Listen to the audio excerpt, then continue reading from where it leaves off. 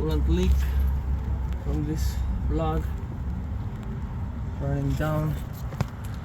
Coolant residue, active leak. Welcome back to the channel, guys. Very big problematic thing in my hands, water pump, which is run by a chain on these 3.5 3.7 naturally aspirated Ford engines.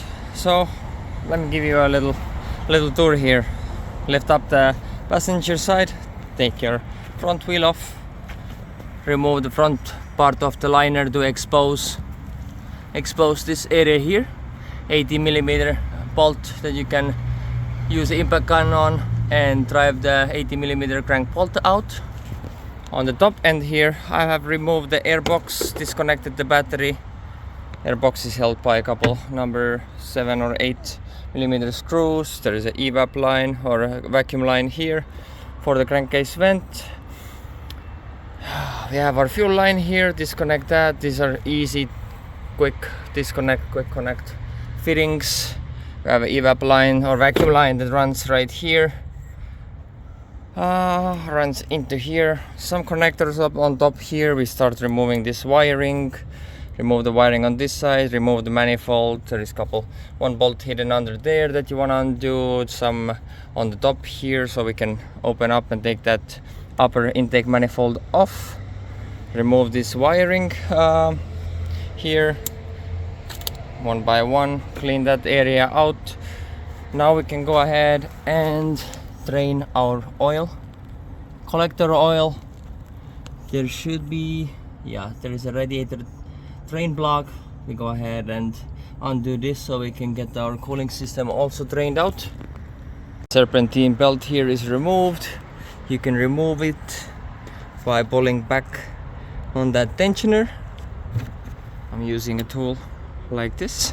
Fit it in, pull it clockwise, and we'll release the tension. Now we have 3 number 8mm bolts holding it in place. Let's go ahead and remove that. Our coolant is being drained, our oil is already drained out. Our timing or the serpentine belt tensioner is removed. Now, while this one is draining, start undoing all this wiring as much as we can, and go ahead and knock those bolts loose here. There's one mystery one back there. Make sure to get this one undone too. Make sure to release that 8mm bolt holding the ground strap here on the chassis, and there is another one here on the motor side. Another 8mm holding that fuel line here. That we're not gonna remove this fuel line completely here. I have no necessity for that. Just undo this number 8 here and we will remove it all together with the intake manifold and the fuel rail on it. There is a coolant overflow line running here into the thermostat housing water outlet. Go ahead and take pliers, remove that, place it on the side. I have removed that little hidden bolt in the back there holding the intake manifold. Let's see if you can get the focus. Anyways, you can see it back there. I removed that one using an extension like this. Slide it all the way back there, hold it with one hand, turn it with the other. Now that's done. We have 8mm bolts holding it from the top. Intake manifolds are undone. Now we go ahead and remove this vacuum line there. Use your pliers. The wiring seems to be loose enough for me to access the valve covers properly and get them off from the cylinder heads. Removed this coolant pipe here, placed it on the side for now. Can get more room to access those blocks for the cam position sensors. Since I don't have a fuel rail disconnect tool handy at the moment, and I don't feel like I'm starting to inventing one or getting one, then I'm gonna go ahead and remove the fuel rail. It's held by Taurus 45 screws. Undo those, pop the rail off. Lift it off, the O-rings got stuck here. I took a vacuum, cleaned out these parts before I'm gonna even try to remove those O-rings. Next thing, I'm gonna take a small flat screwdriver, dive it in here to pick up that O-ring while I'm vacuuming to make sure everything that is getting loose here is sucked into the vacuum machine. Injector ports are cleaned, the O-rings are cleaned, reinstalled, the injector side is also cleaned. So before we install this fuel rail one reassembly, we're gonna loop these up so they will fit nice and without no resistance into where they're supposed to be, into those ports here. So next thing we can do now, or I'm gonna do now, is remove this quick connect for the coolant reservoir bottom line. Once that is done, you have an 8mm holding this reservoir here and another one right here. Undo those, undo this AC, is it high or low port from the reservoir, and then we're gonna be able to remove this reservoir and make ourselves some room to access the motor mount on our passenger side. Reservoir is removed. Next swap up, I'm gonna remove ignition coils. Number 8s are holding those on both banks. Then I'm able to go ahead and undo those 10mm all around here and on the other bank to get the valve covers off.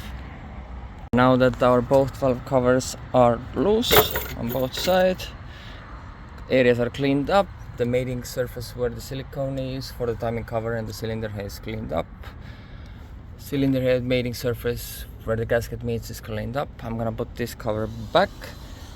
Then I'm gonna go ahead and support the engine, the oil pan with the jack, so I can go ahead and start unbolting that front mount here on the right side.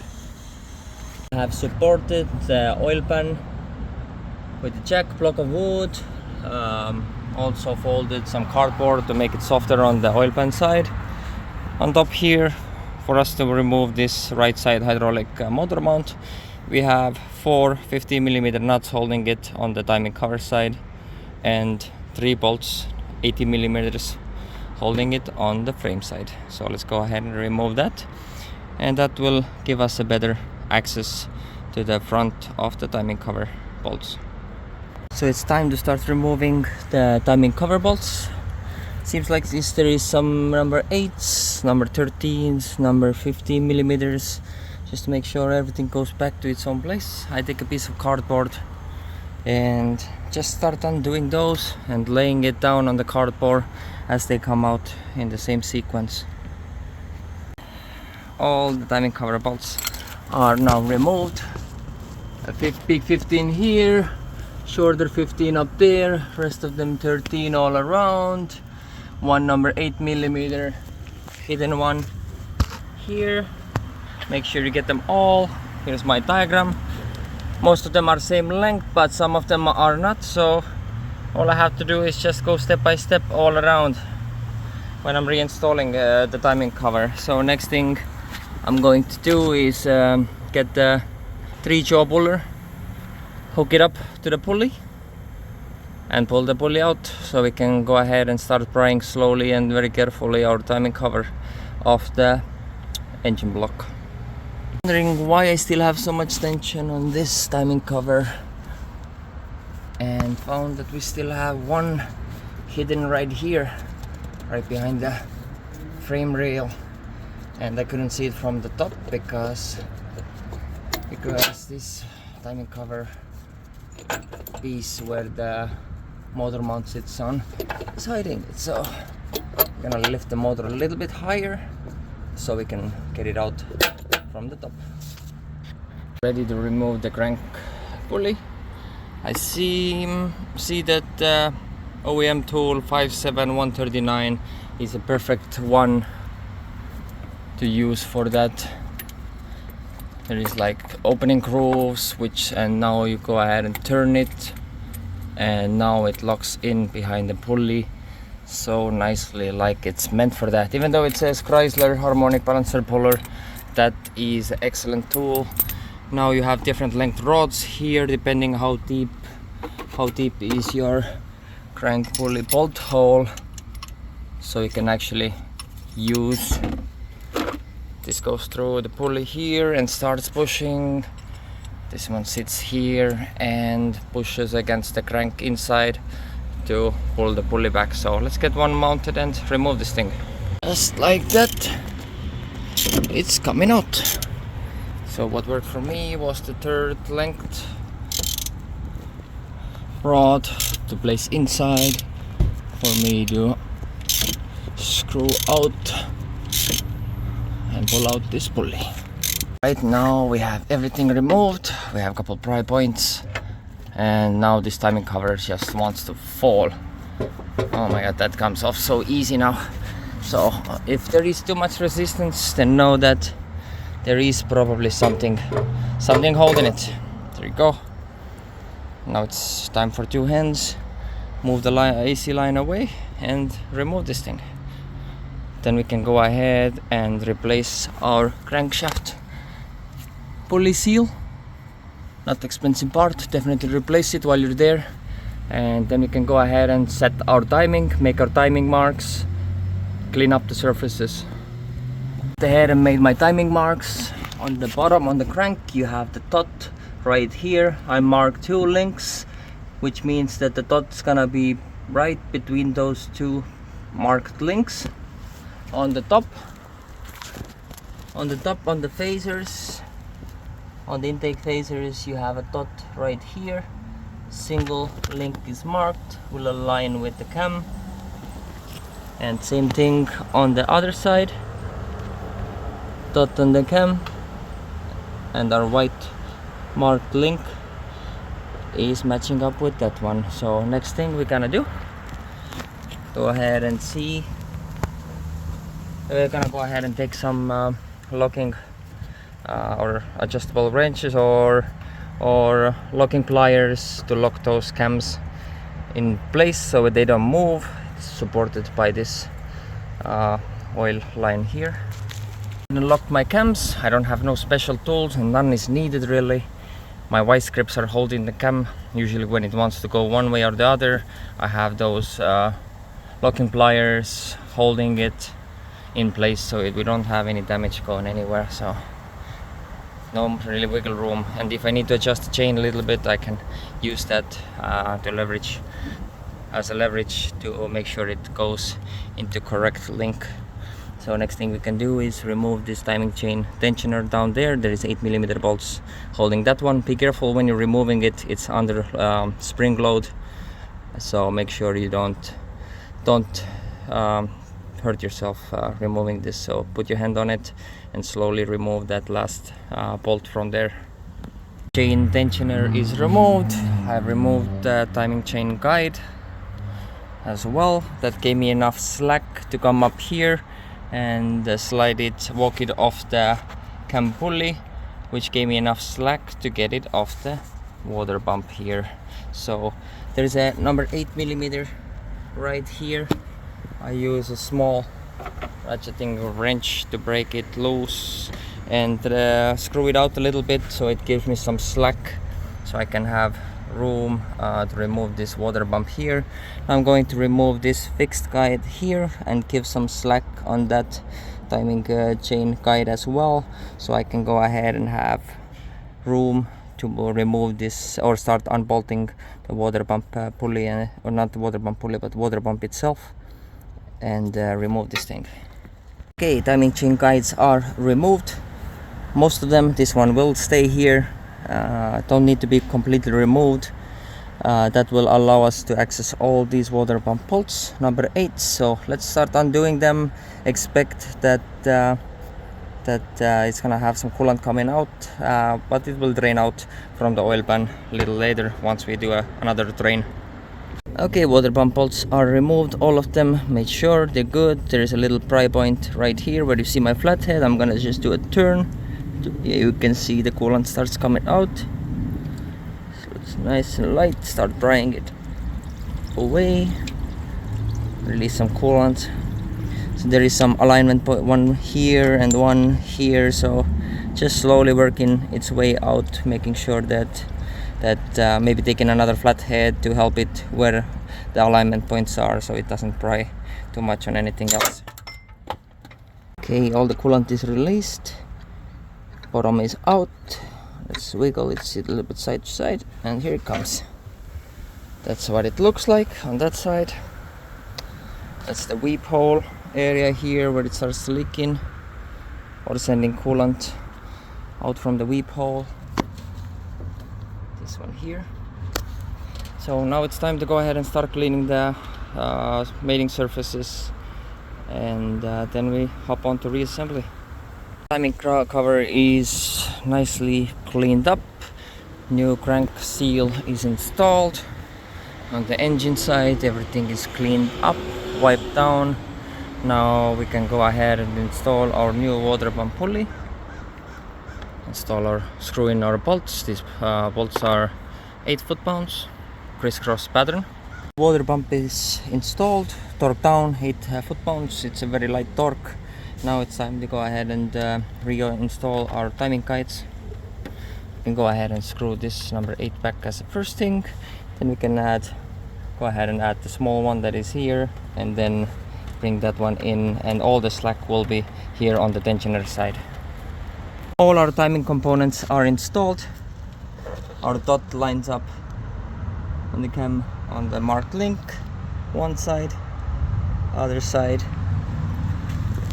and on the crank 2 white marks and the dot in between. Great job. Now it's time to go ahead and do a final wipe down on the surfaces, wipe down or spray down, whatever is needed. And then it's time for some silicone. Try to make a gasket for the timing cover. It's wiser to go ahead and apply the silicone on the block than on the cover, because it's very difficult to get the cover in and you will mess up the silicone bead 100% when you're just trying to put it on the cover while the engine is in the car. If the engine is out, of course, go ahead and lay it on the cover, easy install, but since the engine is in the car, we have very limited space to maneuver that cover in there. Timing cover is bolted up. Our 15s in the middle are the very first ones that I did, then worked all around evenly on the 13mm, 1/8mm in the top, and gasket is pushing out evenly. So next thing, we're gonna remove this crank bolt and install our pulley, tap our pulley in, and then drive it down and torque it to spec. Cleaned out the pulley mating surfaces inside outside, added some engine oil for lubrication.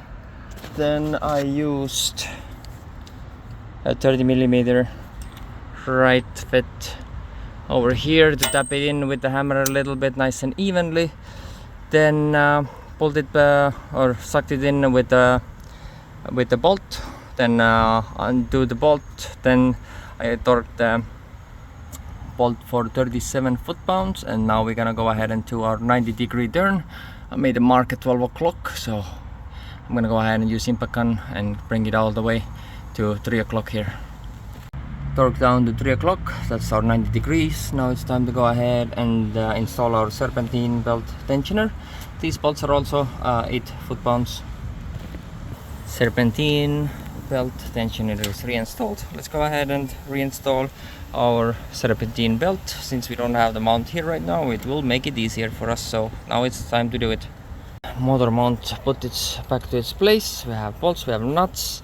Three bolts are 66 foot-pounds, and the nuts here are 46 foot-pounds. So let's go ahead and torque them down.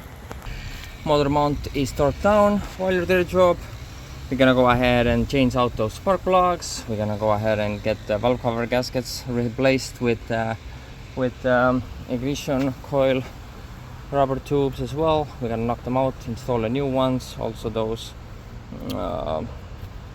cam solenoids, oil solenoids, or solenoid gaskets. So while you're there, it's smart to go ahead and get it done. Taking out the valve covers. One side is already done. A little dab of silicone on the timing cover and the cylinder head mating surface. That bank is done. We're gonna go ahead and put our valve cover onto this one, then screw this one down. Then we can go ahead and reinstall our fuel rail. Gonna go ahead and apply a little bit of oil on the O-rings here so it can properly sit down. Then we screw them down with the Taurus 45 screws. Valve covers installed, new spark plugs, coils are mounted here, fuel rail mounted, everything screwed down, all the connectors, cam position sensors installed. Wiring is exactly where it needs to be. Ground point here screwed down, ground here screwed down, fuel rail screw here screwed down. Next one up, we're gonna go ahead and install our coolant reservoir. Coolant reservoir mounted, 2 8mm bolts holding it. Next up, intake manifold. Intake manifold is laid down, hose in the back is reconnected. I would highly suggest you to go ahead and first thing, before you bolt down these screws or bolts here, to go ahead and hand thread the hidden screw right there. Hand thread it in so you know that it's gonna go ahead and align with the hole and the thread. Intake manifold is bolted down. Reconnect your little overflow hose here. Reconnect your sensor wiring here, your throttle body wiring here. Locks in. Then we have here brake booster lines that we're gonna reconnect to the manifold as well. We can go ahead and bring in our air intake box and screw that down. It's mounts right here, screws down here. Your overflow line sits on those plastic little forks. Airbox mounted, clamped down. There's a hose going in here. All that's done. We have an evap line running here that is held here on the fuel rail. That's clamped down. Our fuel line to fuel rail is reconnected. We have a little sensor wiring right here, which sits there. Wonderful. Okay, to me it looks like everything is reconnected. All done. Silicone is curing.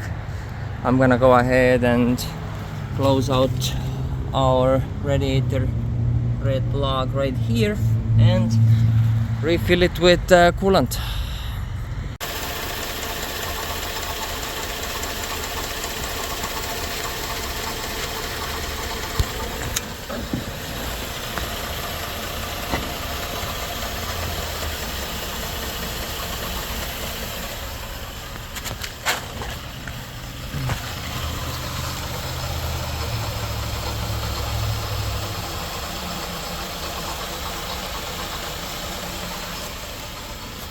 No oil leaks. Close the timing cover.